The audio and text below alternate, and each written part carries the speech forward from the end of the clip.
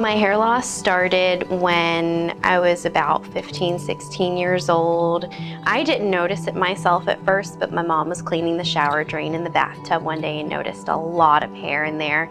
And then after that, it rapidly accelerated throughout high school. I had bariatric surgery in 2015, and that's one of the primary reasons why I started my Instagram page. Posted a photo of myself just out of surgery without any hair on. People had a lot of questions, and it was at that point in time that I decided to not only discuss weight loss and bariatric surgery, but also talk about my battle with alopecia. There is so much life to live after hair loss. My name is Rosemary Rivera, and I'm from Atlanta, Georgia, by way of Puerto Rico. I work as an insurance adjuster. I enjoy connecting with my followers on Instagram and sharing my health and hair journey with my community. In my early 20s, decided to go to a dermatologist again, and I was formally diagnosed with androgenetic alopecia. Until my hair loss just got so severe that I didn't have a choice. And I just decided one day, I'm kind of a go big or go home type of girl, so I just shaved my head and I bought synthetic short little bob from the internet and I wore her to work.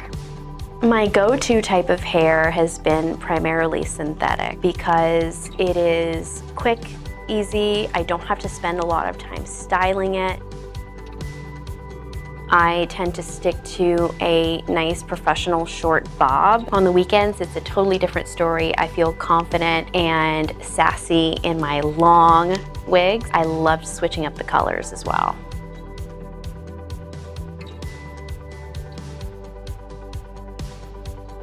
I learned so much today in just seeing how the pieces were manipulated and styled in a way that I never would have honestly comprehended, that I feel like I can just take this knowledge home with me, and I'm really just chomping at the bit to start playing with my own pieces back home. I feel in this particular style that I'm wearing at the moment like a badass. I feel like I just came out of a music video. Honestly, I feel like a completely different person on the opposite end of the spectrum, and that is a really good thing. At the end of the day, hair loss, while devastating, is not the end of your life. There is so much life to live after hair loss. That's what I have to do. And I have the best hair of my life now, after losing my hair.